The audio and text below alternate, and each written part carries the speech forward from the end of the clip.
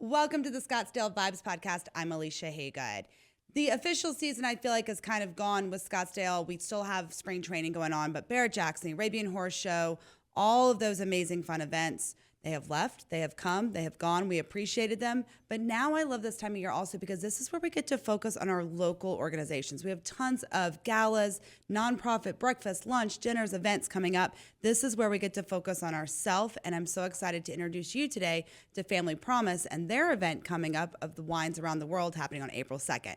We're going to take a short break. When we come back, we're going to have CEO of the Greater Phoenix chapter, Ted Taylor, at the table.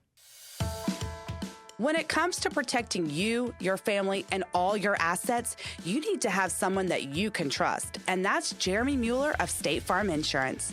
Jeremy Mueller has lived in Scottsdale his whole life. How can anyone else know your needs more than someone who's been here and seen it all?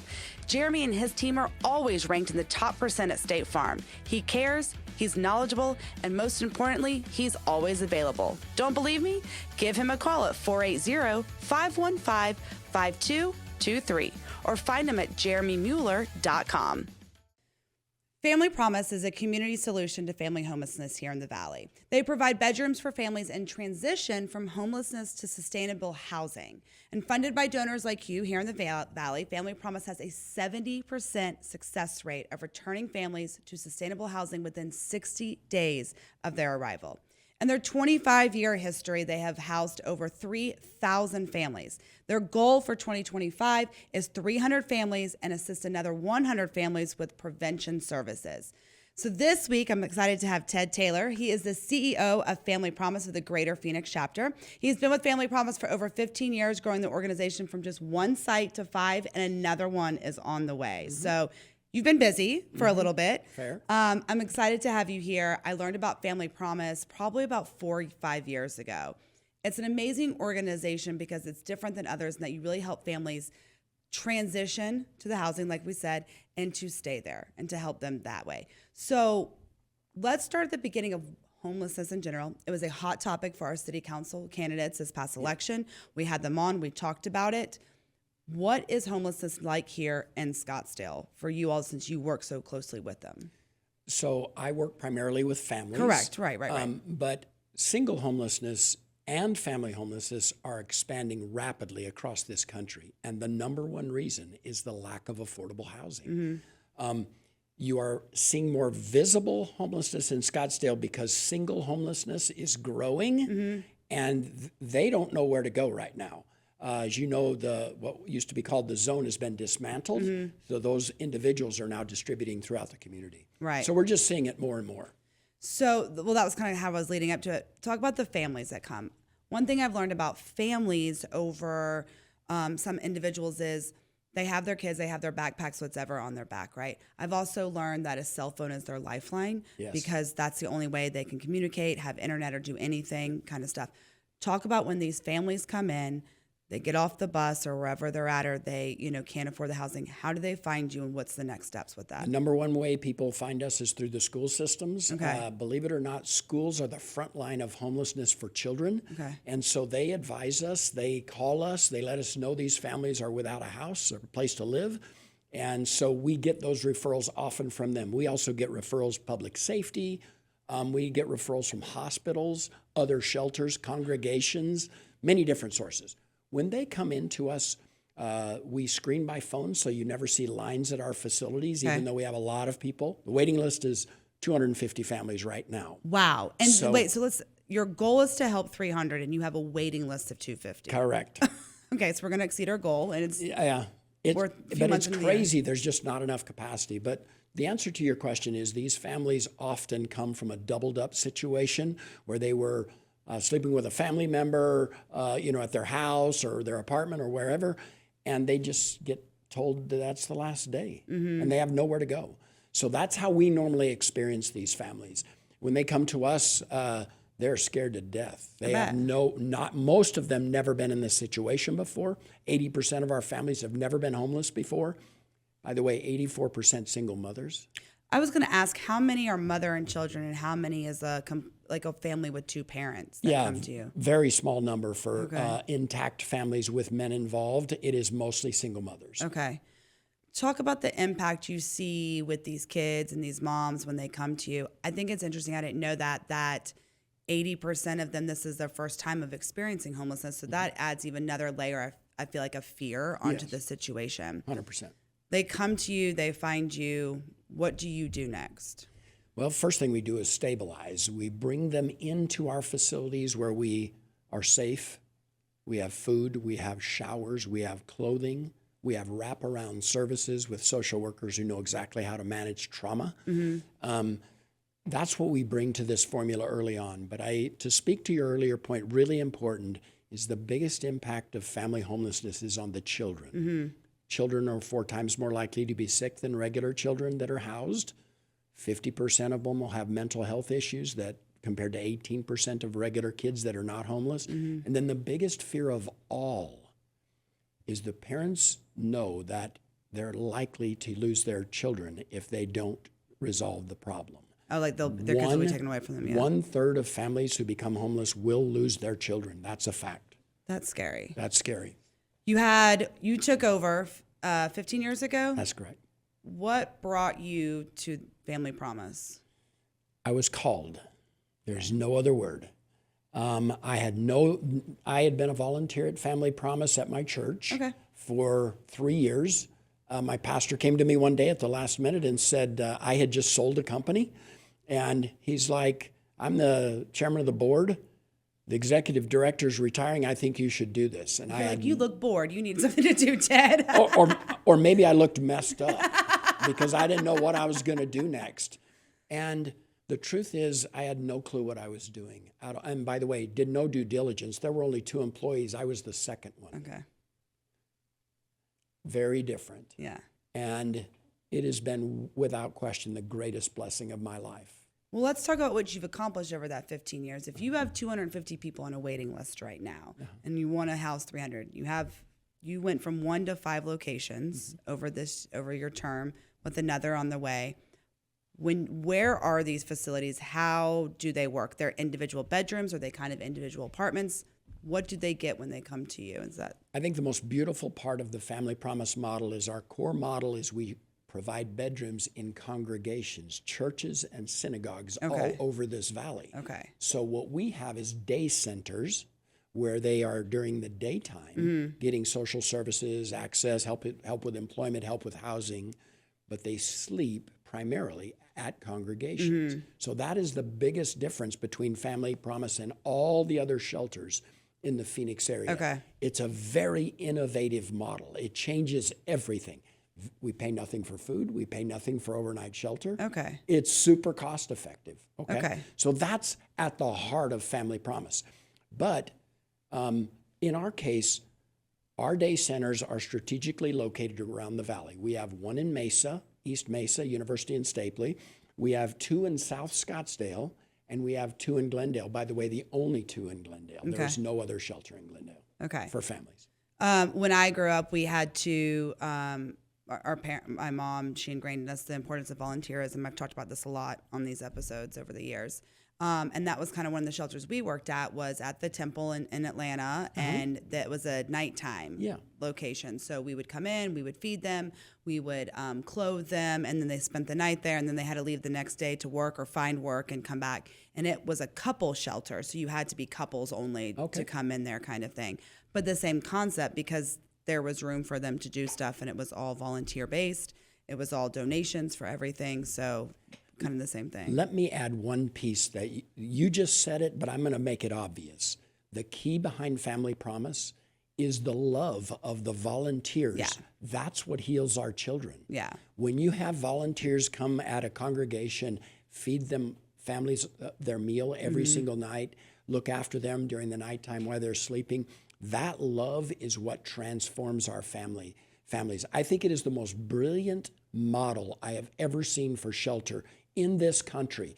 And by the way, there are 7,000 congregations doing this across the nation. That's awesome. That's good for you. Now, y'all are a national organization. We are. So talk about how the chapters break out across the nation. So there are 202 affiliates in 42 states that make up Family Promise as a national organization.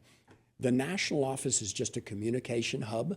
We each have our own board, our own fundraising, our own facilities, but it's a beautiful communication channel so we can talk to other people about how we're resolving these problems. And Family Promise is kind of known to be an innovator. We take very little government money. We primarily do this with private money so that we can provide new ideas. Like, we were the first shelter in Arizona to welcome pets with the families.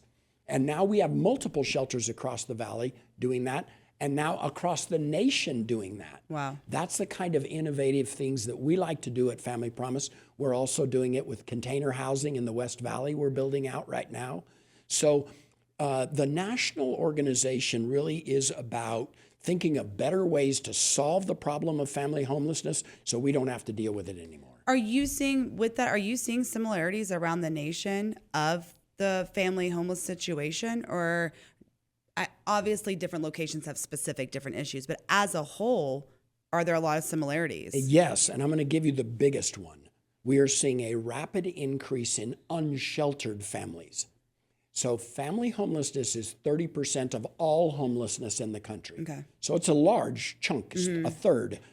And what we're finding is over 50% of the people who need shelter are remaining unsheltered, living in a car, living in a park, living somewhere else, unsheltered. That is a giant increase. In the past, you would see something like maybe 10 or 20% would be unsheltered. So what's happening is these children and moms have nowhere to go. Yeah. Now, as a result of that, more of them are coming to Arizona. Why? Because we don't have freezing temperatures like they do in the upper Midwest. Yeah. We're getting families showing up here in volume, trying to stay away from potentially lethal winter. And a hot summer, though. And and that's part of our challenge. Then we have to deal with that as we get to summer. All right, so they come and you have a 60-day stay. Yes.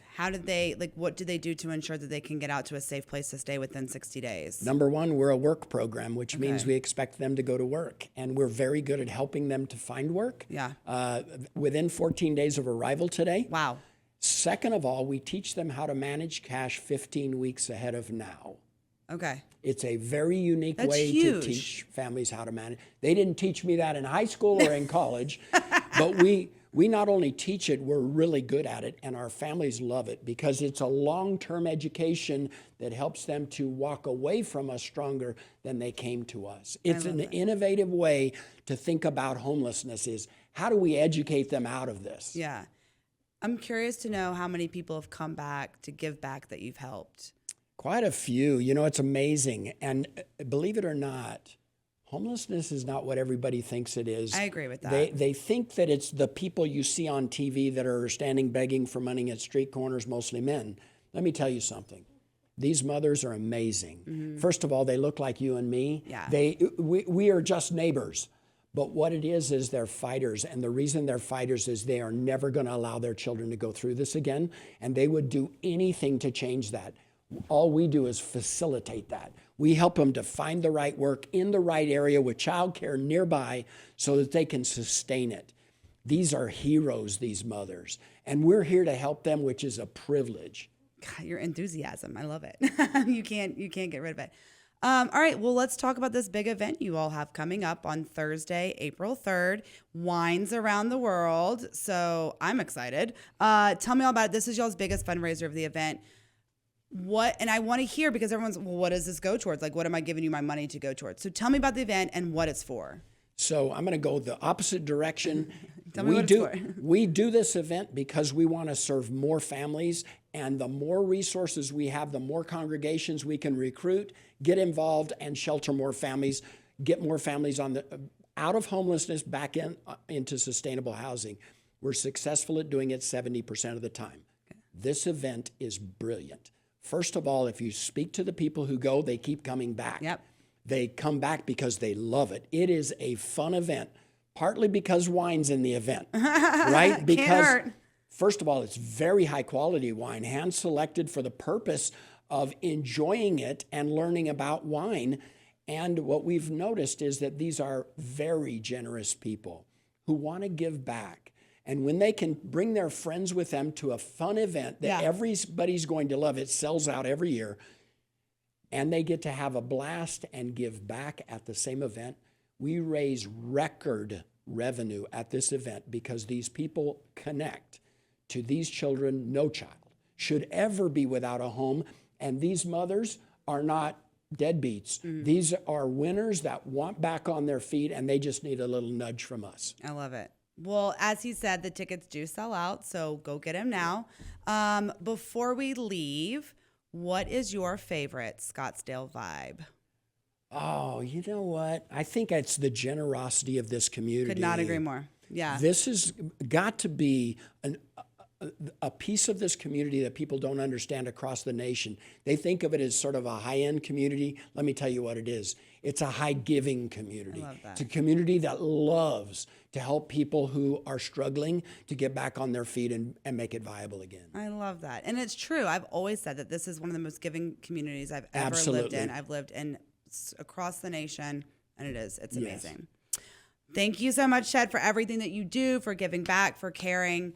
You too can care and show your help and support our local community with Family Promise. We have their website in the description of this episode, as well as tickets to their event, Wines Around the World, being held at the Scottsdale Resort McCormick Ranch on Thursday, April 2nd.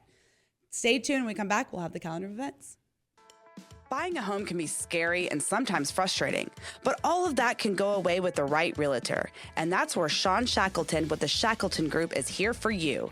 Sean has over 25 years experience in real estate. She's here to get you what you want and won't settle for less. She's experienced, knowledgeable, and understands this market, which these days is always changing. Take the stress out of your next home purchase by calling Sean at 480-734-7277. You can also find her at theshackletongroup.com. Wines Around the World for Family Promises. Go get your tickets now, April 3rd. This is their largest event of the year, and it's tasty, too. So why not get out there and enjoy it? It's at the Scottsdale Resort McCormick Ranch, and it's sure to be a night filled with great company, great wine. And remember, all proceeds go to help those here in the Valley, so it really does stay here. Spring training games is still going on all month long, so go get your tickets, go have fun, as well as the ISA, A Toast to Tomorrow. It's their spring gala on March 29th, the International School of Arizona. It's a night to remember. Black tie, get dressed up as your Hollywood best, old Hollywood theme, and we'll be having them on as well to talk more. Have a wonderful week, Scottsdale. Keep vibing, and I'll see you around town.